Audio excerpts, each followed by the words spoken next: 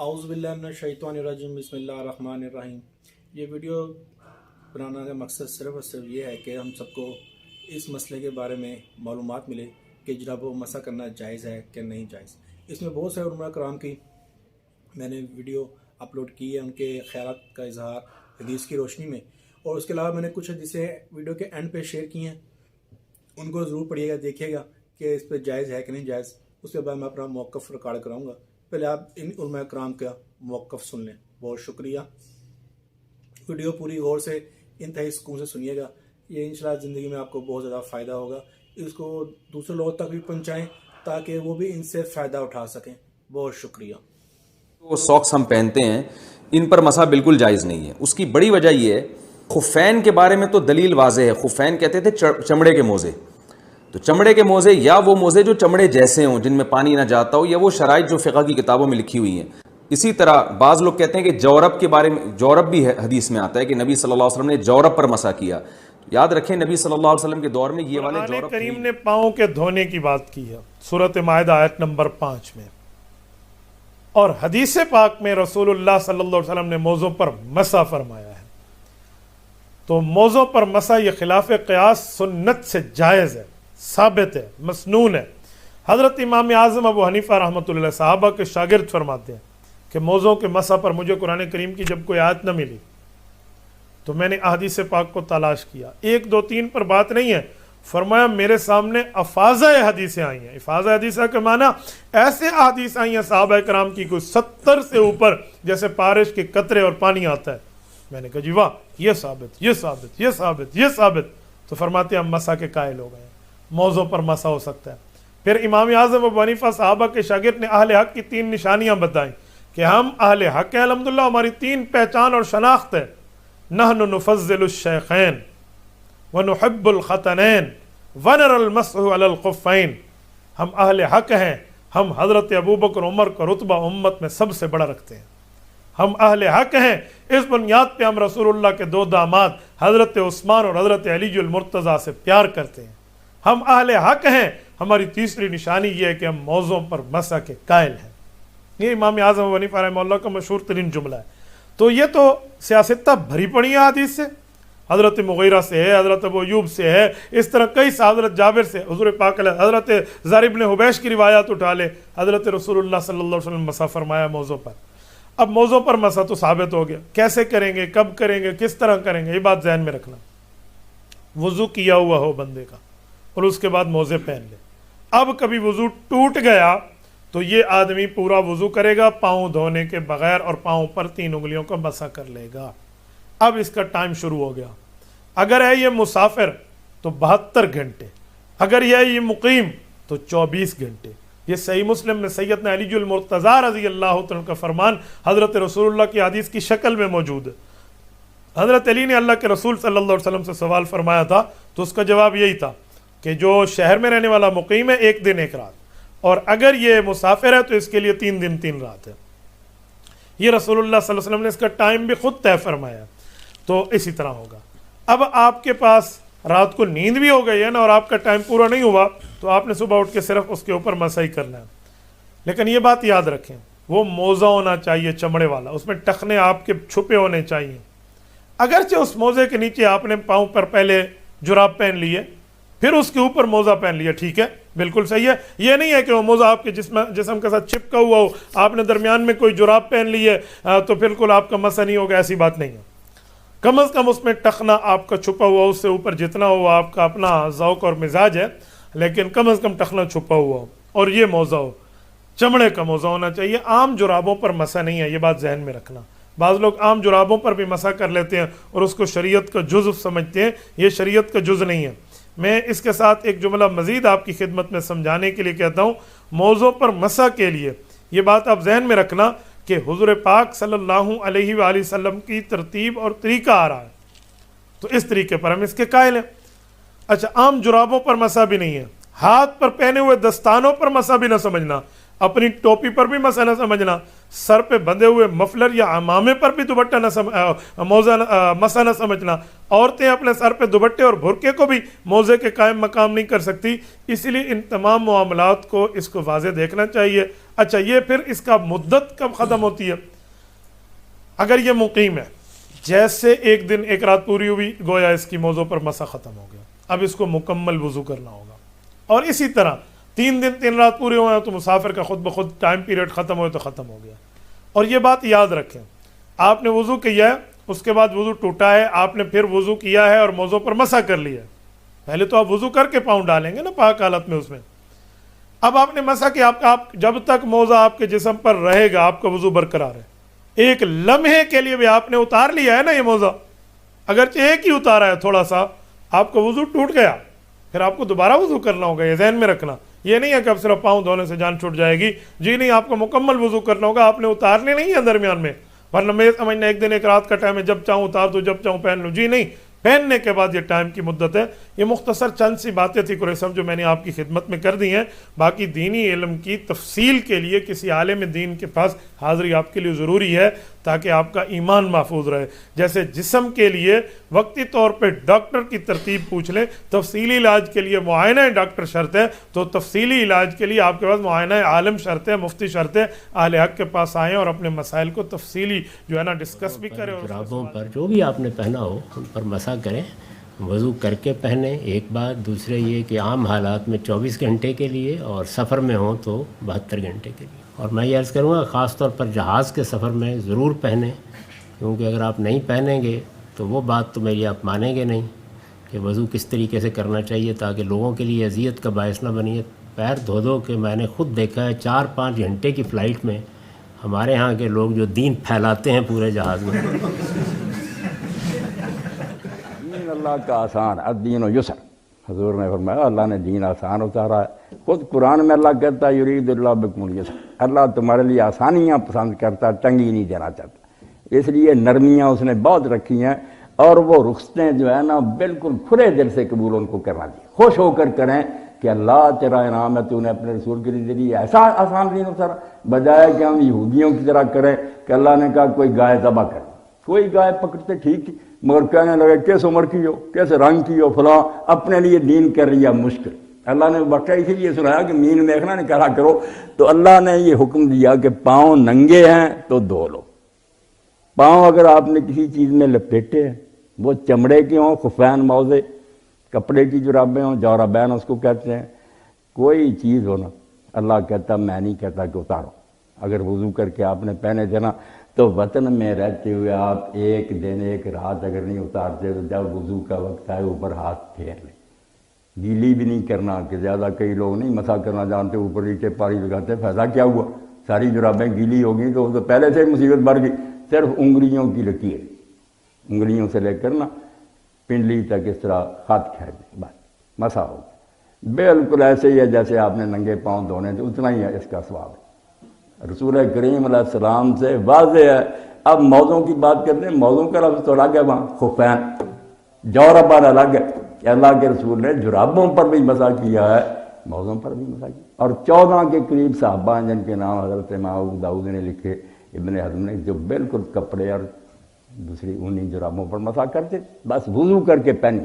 اس وقت جب آپ نے پہنی تھی آپ وہ وضو تھے. پھر جو ہے نا وطن میں ہوں تو ایک دن ایک رات، مسافر ہیں تو 3 دن 3 رات آپ کے لیے رخصت ہے، آپ ان پر مسا کر سکتے، بالکل جائز.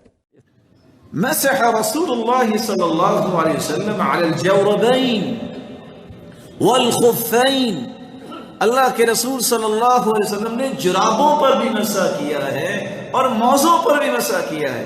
اور ایک نہیں، المسح علی الخفین، موزوں پہ مسح کرنے کی روایت کرنے والے 70 لوگ ہیں، ایک بھی نہیں. اور آج امت کو مشقت میں ڈالنے والے کہتے ہیں وہ 2 انگلیوں کے برابر اس میں سوراخ نہ ہو اور اتنی موٹی ہو. میں کبھی کبھی سوچتا ہوں یہ نیکسٹ کی فیکٹری صحابہ کے دور میں کس نے لگائی تھی اتنی موٹی جرابیں بنانے میں. ما ہی الا ممزقہ. بریدہ کہتے ہیں کہ صحابہ کے موزے بھی پھٹے پرانے ہوتے تھے اور وہ مسح کر لیا کرتے تھے. باریک جراب پہ نہیں ہوگا، موٹی جراب پہ ہوگا. کمال کی بات ہے. یہ تقسیم کہاں آئی ہے ہمیں تو آج تک نظر نہیں آئی. رسول اللہ صلی اللہ علیہ وسلم نے خود بھی جرابوں پہ مسح کیا، خود بھی موزوں پہ مسح کیا. الگ تساخین، وہ چیز جس سے پاؤں کو گرم کیا جاتا ہے، اس پہ مسح کرنے کا حکم بھی دے دیا. کیا باقی بچا؟ آپ باوضو ہو کے جرابے پہنے، موزے پہنے، اور آپ 24 گھنٹے تک جو اگلی نمازیں پڑھیں گے آپ اس پہ مسح کر سکتے ہیں. اگر آپ مقیم ہیں، اگر آپ مسافر ہیں تو آپ 3 دن تک مسح کر سکتے ہیں. اسلام کی تو یہی آسانی ہے کہ اللہ عز و جلال نے مومنوں کو اتنی تکلیف دی ہے جتنی وہ برداشت کر سکتے ہیں. اور یاد رکھیے کہ یہاں تقبلوا رخصہ التي رخص لكم، اس رخصت کو قبول کیجیے جس رخصت کو اللہ نے تمہیں دیا ہے. ان اللہ یحب ان یؤتى رخص كما يكره ان يؤتى معاصی. اللہ تعالیٰ رخصتوں کو قبول کرنے کو اسی طرح پسند فرماتی ہیں جس طرح نافرمانی کرنے کو ناپسند کرتے ہیں. تو اللہ عز و جلال کی دی ہوئی رخصتوں کو قبول کرنا چاہیے.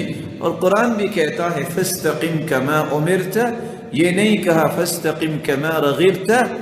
اس طرح مستقیم ہو جاؤ جس طرح اللہ نے حکم دیا. جس طرح تمہاری چاہت ہے مستقیم ہونے کی اس طرح نہیں، جس طرح اللہ نے حکم دیا. اب آتے ہم ایک اور مسئلے پر کہ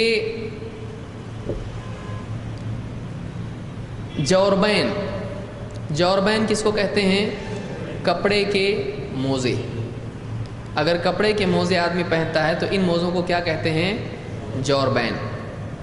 مغیرہ ابن شعبہ رضی اللہ عنہ فرماتے ہیں توضأ النبی صلی اللہ علیہ وسلم ومسح علی الجوربین والنعلین. اللہ کے نبی صلی اللہ علیہ وسلم نے وضو کیا، اللہ کے نبی صلی اللہ علیہ وسلم نے وضو کیا. ومسح علی الجوربین والنعلین، تو آپ نے جوربین اور نعلین پر مسح کیا. جوربین کہتے ہیں کپڑے کے موزوں کو، اور نعلین کہتے ہیں، نعلین آج تو عام طور سے وہ پہنا نہیں جاتا ہے، ایک فلیٹ چمڑا اس طرح سے ہوتا تھا، یا نیچے کچھ اس کے اور بھی زیادہ کچھ ہو سکتا تھا، اور اس کو جیسے ہمارے جوتوں کی لیس ہوتی ہے تو اس کو سائڈ سے اس طرح سے لیس ہوتی تھی. جیسے آپ مثال کے طور پر مان لیجیے کوئی پتا ہے اور اس کے قبالان سامنے سے 2 لیس ہے، اس سے پاؤں باندھ دیے، انگوٹھے یا پاؤں پورا، اور پیچھے بھی اس طرح سے. تو جس کو سٹریپس ہوتے تھے جیسے سینڈل میں ہوتے ہیں، لیکن عام طور سے سینڈل بالکل زیادہ بڑی ہوتی ہے، تو وہ نیچے کچھ ہے اور اس کو ایسا کر کے باندھ دیا، پھر ایسا باندھ دیا، تو اس کو کیا کہتے ہیں؟ نعلین. یہ بہت پتلا ہوتا ہے اور زیادہ مطلب چل سکتے ہیں اس کے اندر، اس کو نعلین کہتے ہیں. سینڈلز آپ بول سکتے ہیں، ان کو ترجمے میں اس کے لیے کچھ اور لفظ ہے نہیں، اس کو سینڈل ہی بولنا پڑے گا. لیکن آج کل کے سینڈل بہت الگ ہوتے ہیں، تو اس زمانے کے معاملات الگ تھے، اس کو سینڈل کہا جا سکتا ہے. تو آپ صلی اللہ علیہ وسلم نے جوربین پر اور نعلین پر مسح کیا ہے. اس سے بات معلوم ہوتی ہے کہ جوربین پر مسح کر سکتے ہیں. بعض علماء نے اس حدیث کی شرح میں کہا ہے کہ آپ نے نعلین پہنے اس پہ موزے تھے، موزے کے اوپر آپ نے نعلین پہنی تھی، اور آپ نے اسی طرح سے موزوں پر مسح کیا کیونکہ موزوں کا حصہ کھلا ہوتا ہے، اور اسی طرح سے کچھ حصہ نعلین پر بھی آپ کا ہاتھ لگا. تو انہوں نے صحابی نے کہا کہ جوربین اور نعلین دونوں پر آپ نے کیا کیا؟ مسح کیا. یعنی آپ نے وہ جوتیاں یا نعلین پہنے موزوں پر مسح کیا. ایسا کر سکتے ہیں.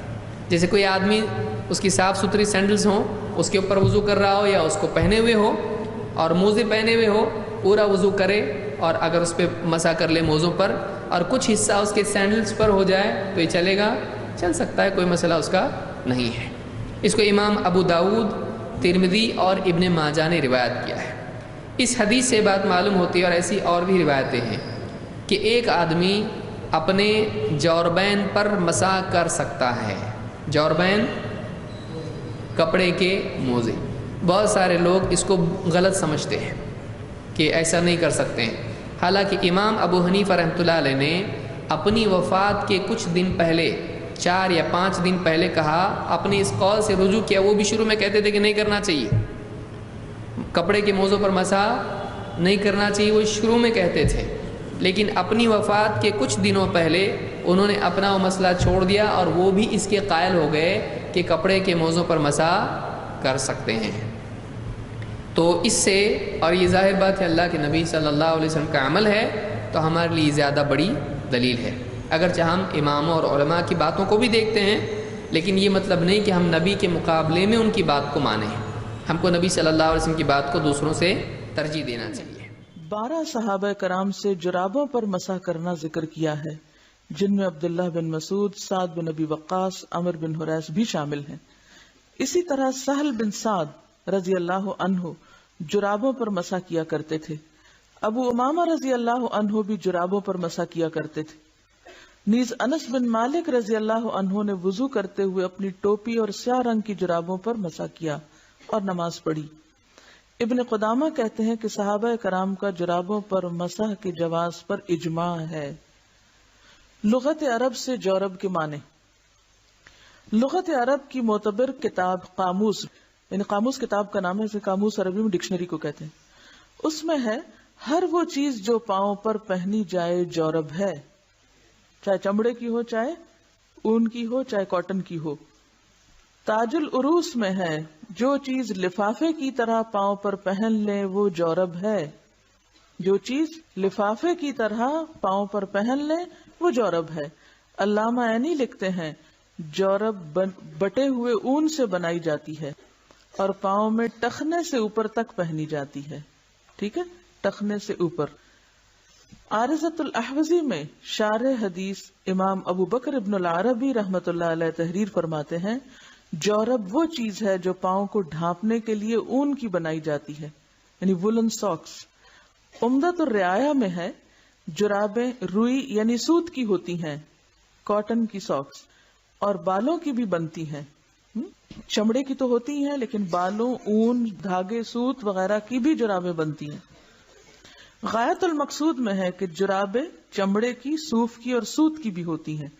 پس ثابت ہوا کہ جورب لفافے یا لباس کو کہتے ہیں، وہ لباس خواہ چرمی ہو، چرمی چرم سے یعنی کھال کا ہو، سوتی ہو یا اونی۔ ہم اس پر مسح کا کیا حکم ہے؟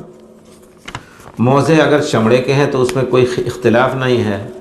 اب پرانے زمانے اب بھی چمڑے کے موزے ہوتے ہیں، وہ جو کھینچ کر کے چڑھا لیتے ہیں، اور تو اس میں آدمی 24 گھنٹے گھر میں رہ کر کے اور سفر میں 3 دن 3 رات۔ لیکن یہ کپڑوں کے موزوں پر لوگ کہتے ہیں کہ مسح جائز ہے، لیکن صحیح یہ ہے کہ کپڑے کا موزہ جس حالت میں بھی ہو، یعنی کہ ہلکا ہو یا موٹا ہو، اس پر مسح جائز ہے۔ صحابہ کرام رضوان اللہ علیہم اجمعین، پیارے رسول نے ان کو غزوہ بنی مصطلق میں بھیجا، سردی کے دن، سردی کا علاقہ تھا، تو آپ نے حکم دیا، صحابی کہتے ہیں ہمیں حکم دیا، آرڈر دیا، یعنی کہ جائز کہا۔ اور پھر اس کے بعد تساخین کا لفظ، موزے کا لفظ نہیں ہے، تساخین کیا تھا؟ اس زمانے میں کسی کو کوئی چتھڑا مل جاتا، موزے نہیں تھے اس طرح کے کہ وہ ملتے ہوں سب کو، تو یہ کپڑا پھاڑ کر کے پورے پیر پہ لپیٹ لیتے تھے اور اسی سے چلتے تھے، اسی میں وہ پہن لیتے تھے، چمڑے کا جوتا پہن لیتے تھے۔ پیارے رسول نے اس پر مسح کرنے کا حکم دیا تھا، تو اور کبھی اس میں یہاں تک کہ پھٹ گئے تھے، صحابی کہتے ہیں پھٹے ہوتے تھے، ہم اس پر مسح کرتے تھے۔ جب جمع کیا جائے تو بڑی اطمینان کی بحث ملتی ہے کہ صحابہ کے اقوال، جو اعمال فعل پیارے رسول کے زمانے میں ہمارے لیے سنت ہیں، تو صحابی نے صاحب کہا کہ کبھی کبھی پھٹے ہوتے تھے، خرق ہوتا تھا، ہم اس پر مسح کرتے ہیں، کیونکہ وہ جو پریشانی ہے نکال کر کے پھر سے باندھنا یا پہننا، وہ پریشانی ہے ہر حالت میں، اس وجہ سے آپ اس موجودہ موزے پر بھی انشاءاللہ مسح کر سکتے ہیں۔ البتہ اگر کوئی نہیں کرنا چاہتا ہے، دل میں شبہ ہے، نہ کرے، لیکن جواز انشاءاللہ صحیح نقطہ نظر سے جائز ہے کہ آپ 24 گھنٹے یا سفر میں 3 دن 3 رات کر سکتے ہیں۔ یہ جو آج کل نئے جرابے ہیں، جی جراب پہنیں اس ہاں اس پہ نہیں پہن کر سکتے ہیں انشاءاللہ، جی جی، کیونکہ صرف مسح نکالنے، اس کو نکالنے اور دھونے کا مسئلہ نہیں، سردی میں سردی لگنے کا بھی خطرہ ہے۔ ایسا بھی ہوتا ہے ایک مرتبہ 3 دن پہ آپ کریں گے یا 24 گھنٹے میں تو جلدی سے دھو کے پونچھ لیں گے، نہیں 5 مرتبہ دن میں اگر دھونا پڑے تو ہو سکتا ہے سردی لگ کے نقصان بھی ہو جائے، اس کا اثر پورے دماغ پہ چڑھتا ہے۔ تو ہے سب اللہ تعالیٰ نے یہ اپنی مہربانی سے آسان کیا ہے۔ دیکھیے کہتی ہیں کہ کیا جرابوں پر مسح کرنا جائز ہے؟ دیکھیں مسئلہ یہ ہے کہ نبی کریم صلی اللہ علیہ وسلم نے چمڑے کے موزوں پر مسح فرمایا، ٹھیک ہے، چمڑے کے موزوں پر۔ اب مسئلہ یہ ہے کہ چونکہ مسح چمڑوں کے موزوں پر یہ خلاف قیاس ہے، بھی پاؤں دھوئیں موزوں، اگر پاؤں نہیں دھوتے تو چمڑے پہ خالی ہاتھ پھیر لینے سے مسح کیسے ہوگا؟ وہ تو پاؤں پہ ہاتھ پھیرنے سے ہو، تو عقل اس کو یعنی عقل اس کی حقیقت کا ادراک نہیں کر سکتی۔ ایسے جو بھی مسائل جو نبی کریم صلی اللہ علیہ وسلم کی طرف سے ہم تک پہنچے ہوں اور عقل اس کو اس کی حقیقت اور اس کے مطلب اس کی گہرائی کا ادراک نہ کر سکے، اس کو نہ جان سکے، ایسے مسائل کو کہتے ہیں خلاف قیاس مسائل یا خلاف عقل مسائل، کہ بھی عقل اس کا ادراک نہیں کر پا رہی، عقل عاجز آ گئی ہے اس کی حقیقت تک پہنچنے تک۔ تو ایسی صورتحال میں یاد رکھیں کہ پھر حکم یہ ہوتا ہے کہ جس صورتحال میں نبی کریم صلی اللہ علیہ وسلم نے حکم دیا، آپ اگر بعد میں تھوڑی بہت تبدیلی کرنا چاہیں تو بہرحال ان صفات، ان اوصاف، ان تمام چیزوں کو محفوظ رکھنا ہوگا۔ یہ تھوڑی تمہید کے بعد اب گزارش یہ ہے، سرکار نے چمڑے کے موزے پر مسح کیا، چمڑے پہ اگر آپ پانی ڈال دیں، تھوڑی دیر پڑے رہنے دیں، آہستہ آہستہ جذب ہو کے کھال تک پہنچے گا، لیکن فوراً کھال تک نہیں پہنچے گا، اتنا چمڑا ضرور اس کو تھوڑی دیر روکے گا، پھر آہستہ آہستہ آہستہ آہستہ بہت آہستہ سرایت کر کے کھال تک پہنچے گا۔ تو بس ہمارے فقہا نے یہی فرمایا کہ اگر اب چمڑے کے موزے کے متبادل اور کسی قسم کے موزے پہنے ہوں اور اتنے گف، اتنے سخت ہوں کہ اگر آپ اس پہ پانی ڈالیں تو فوری طور پر کھال تک نہ پہنچے تو اس پر تو مسح ہو سکتا ہے، کیونکہ وہ اسی وصف پر ہے جس موزے پر نبی کریم صلی اللہ علیہ وسلم نے مسح فرمایا، یعنی وہ موزہ جس وصف پر تھا۔ اور اگر اتنی باریک جرابیں ہیں جیسے ہمارے عموماً پہنی جاتی ہیں کہ آپ پانی ڈالیں فوراً کھال تک پہنچ جائے، تو یاد رکھیں کہ پھر یہ موزہ اس موزے کے مطابق نہیں ہے جس پہ سرکار نے مسح فرمایا، تو چونکہ خلاف قیاس مسئلہ تھا، اتنی موٹائی تو لازم درکار تھی، لہٰذا اس جراب پر نہیں ہوگا۔ ابھی میں نے دیکھا ہے کہ بہت سے وضو کر رہے ہوتے ہیں، پتلی پتلی جرابیں پہنی ہوتی ہیں، انہی پہ ہاتھ پھیر کے باہر نکل آتے ہیں۔ اب میں کویسچن کرتا ہوں کہ ویسے ہمارے بہت سارے بھائی جو ہے وہ کہتے ہیں کہ جی بدعت ایجاد نہیں ہونی چاہیے، نئی چیز ایسا نہیں ہونی چاہیے، یہ بدعت ہے، فلاں بدعت ہے، لیکن یہ اس طرح باریک موزوں پر مسح کرنا بدعت ہمیں نظر نہیں آتا، یہ بڑی حیرت انگیز بات ہے۔ سنت تو چمڑے کے موزے پر مسح کرنا ہے، اور یہاں پر بالکل باریک جرابوں کے اوپر مسح کر رہے ہیں۔ کیا یہ ایک نیا کام نہیں ہے؟ کیا یہ بالکل نبی کریم صلی اللہ علیہ وسلم سے ہٹ کر ایک عمل نہیں ہے؟ کیا سرکار نے ایسا کیا تھا؟ کیا سرکار نے اس کا حکم دیا تھا؟ لہٰذا اس پر ذرا خیال کرنا چاہیے۔ تو اتنے باریک موزوں پہ مسح نہیں ہوگا، اور تھوڑے سے گف موزے ہوں، موٹے ہوں، جیسے اونی موزے یا باہر کے موزے موٹے دھاگے کے بنے ہوئے، کہ آپ اس پہ پانی ڈالیں تو فوری طور پہ جذب نہ کرے، چاہے آہستہ آہستہ بعد میں کر لے، لیکن فوری طور پہ جذب نہ کرے، اس پہ آپ بالکل مسح کر سکتے ہیں۔ نحمدہ ونصلی ونسلم علی رسولہ الکریم۔ جرابوں پر اور موزوں پر مسح کرنے کا طریقہ کیا ہے؟ اس حوالے سے جو پیارے پیغمبر محمد الرسول اللہ صلی اللہ علیہ وسلم سے صحیح احادیث سے ثابت ہے وہ تو یہی ہے۔ حضرت علی رضی اللہ عنہ کی روایت ہے ایک، وہ فرماتے ہیں لو کان الدین بالرائے لکان او اعلی الخف اسفل الخف اولا بالمسح من اعلیہ۔ اگر دین عقل کے ساتھ ہوتا تو پاؤں موزے کے جراب کے نچلے حصے پر مسح کرنا یہ اوپر والے حصے پر مسح کرنے سے بہتر ہوتا۔ میں نے رسول اللہ صلی اللہ علیہ وسلم کو دیکھا یمسح علی اعلیہما، آپ موزوں کے اور جرابوں کے اوپر والے حصے پر مسح کرتے تھے۔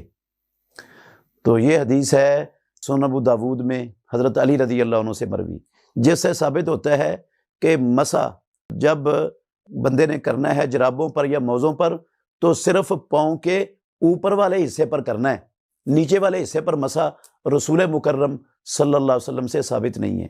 حضرت مغیرہ بن شعبہ رضی اللہ عنہ سے روایت ہے ابو داود میں، مسند احمد میں، اس میں لفظ ہیں کہ رأیت رسول اللہ صلی اللہ علیہ وسلم یمسح اعلی الخفین، میں نے رسول اللہ صلی اللہ علیہ وسلم کو دیکھا آپ صلی اللہ علیہ وسلم موزوں کے اوپر والے حصے پر مسح کرتے تھے۔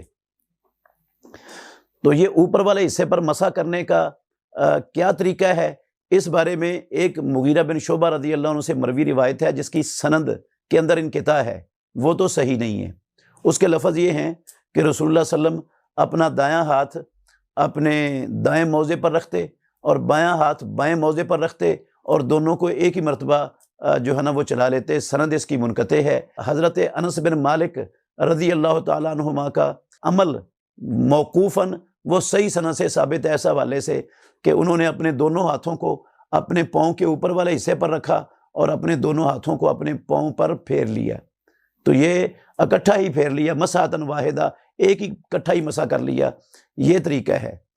حضرت مغیرہ بن شعبہ رضی اللہ عنہ کی روایت جو صحیح مسلم میں اور صحیح بخاری میں جس میں یہ لفظ آتے ہیں یمسح علیہما، ان الفاظ کا تقاضا یہی ہے کہ آپ اکٹھا ہی دونوں پاؤں پر مسح کرتے تھے، تو اکٹھا بھی کیا جا سکتا ہے۔ اپنے دونوں ہاتھ اس طرح اپنی پاؤں کی انگلیوں پر رکھیں، گیلے ہاتھ، اور اپنی پنڈلیوں تک ان کو جہاں سے پنڈلیاں شروع ہوتی ہیں ٹخنوں تک دونوں ہاتھوں کو کھینچ کر اوپر لے آئیں، اس طرح بھی ٹھیک ہے۔ اور اگر بعض اہل علم قیاس کرتے ہیں پاؤں دھونے پر اس کو، کہ جس طرح پہلے دایاں پاؤں دھویا جاتا ہے پھر بایاں پاؤں دھویا جاتا ہے، اگر ایک دائیں ہاتھ سے پہلے دائیں پاؤں پر اپنے ہاتھ پھیر لیں، دائیں پاؤں کے اوپر والے حصے پر، اور پھر بعد میں بایاں ہاتھ بائیں پاؤں کے موزے کے اوپر والے حصے پر پھیر لیں، تو یہ طریقہ بھی درست ہے۔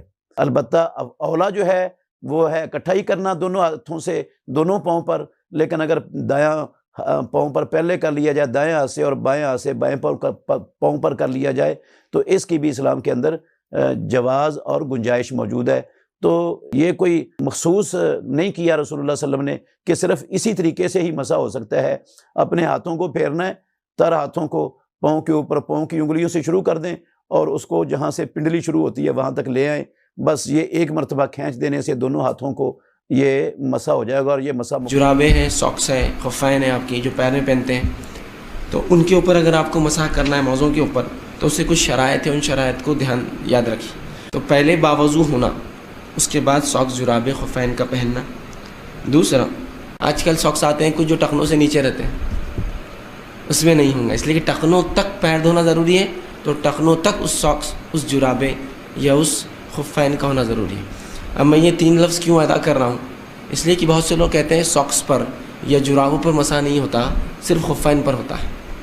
خفین وہ ساکس ہوتے ہیں جو چمڑے کے یا بہت موٹے بنے ہوئے ہوتے ہیں، تو ان کا کہنا ہوتا ہے کہ اس پر مسح ہوتا ہے، اور اس کے لیے انہوں نے فقہی بہت سارے اصول لاگو کر دیے کہ اتنا موٹا ساکس ہو کہ 1 میل تک پیدل چلے تو نہ پھٹے۔ وہ بہرحال سنت میں ایسی کوئی بات نہیں ملتی ہے کہ کتنا ہو کیا ہو۔ آپ صلی اللہ علیہ وسلم کے تعلق سے حدیث میں الفاظ جراب مطلب پیتابوں کے بھی ہے اور جرابوں کے بھی ہے، ٹھیک ہے، خفین کے بھی ہے، ٹھیک۔ تیسرا، اتنے موٹے ہو کہ پیر نظر نہ آئے۔ اس سے کیا مراد؟ اس سے مراد یہ ہے کہ دیکھیے ایک ہوتا ہے ایک ساکس پہنتے ہیں اس کو سیکنڈز بولتے ہیں، مطلب وہ اتنے پتلے ہوتے ہیں کہ آپ کی جلد اور ساکس میں کوئی فرق نہیں ہوتا، پورا آپ پیر دیکھ سکتے ہیں، ٹھیک۔ اسی طرح پھٹے ہوئے نہ ہو، بہت سے لوگ مسح کرتے ہیں اور ساکس میں اتنے بڑے سوراخ رہتے ہیں ان کے نیچے سے، چھوٹا موٹا ہو جاتا ہے ساکس میں، جانتا ہوں چلنے پہ بہت چھوٹا، ٹھیک، لیکن پیچز نہ ہو بڑے بڑے، ٹھیک ہے، اگر ہو تو پھر سلے ہوئے الگ بات ہے۔ لیکن اعوذ باللہ من الشیطان الرجیم، بسم اللہ الرحمن الرحیم، اللہم صلی علی محمد وعلی محمد۔ مومنین کرام، ایک سوال کثرت سے پوچھا جاتا ہے، اگرچہ یہ کوئی بہت بڑا سوال نہیں ہے لیکن ہر ذہن کے مطابق سوال اٹھتا ہے، اس میں کوئی حرج نہیں ہے، اس میں کوئی قباحت نہیں ہے۔ بارہا ہم ذکر کر چکے ہیں کہ سوال کیا کریں، آپ کا حق ہے، آپ کو جو چیز سمجھ نہیں آتی انشاءاللہ ہم اس سوال کا جواب دیں گے۔ یہ سوال کیا جاتا ہے کہ جرابیں پہنی ہوئی ہیں اس کے اوپر مسح ہو سکتا ہے یا نہیں ہو سکتا؟ نہیں ہو سکتا۔ مسح آپ جو بھی کریں گے، سر کا مسح ہے یا پاؤں کا مسح ہے، پاؤں کے اوپر جرابیں کوئی بھی چیز مانے نہیں ہونی چاہیے۔ ڈائریکٹ پاؤں کے اوپر آپ کی ہتھیلی جائے اور تر ہو ہتھیلی، وضو کے پانی سے تر ہو، آپ اس کا مسح کریں۔ اور اسی طرح سر پر مکنا، ٹوپی، جو بھی چیز ہے اس کو اتاریں گے، سر کے اوپر مسح کریں گے۔ بتا چکے ہیں کہ سر کے قریبی بالوں پر، جلد کے قریبی بالوں پر بھی مسح ہو جاتا ہے، ضروری نہیں ہے کہ جلد کے اوپر آپ ہاتھ کو رگڑیں، قریبی بالوں پر مسح ہو جاتا ہے۔ لیکن اگر کوئی چیز مانے ہے، جراب ہے، مکنا ہے، ٹوپی ہے، یا حتیٰ کہ اتنا آپ نے آئل لوشن لگا دیا کہ اس کی چکناہٹ ہے اوپر،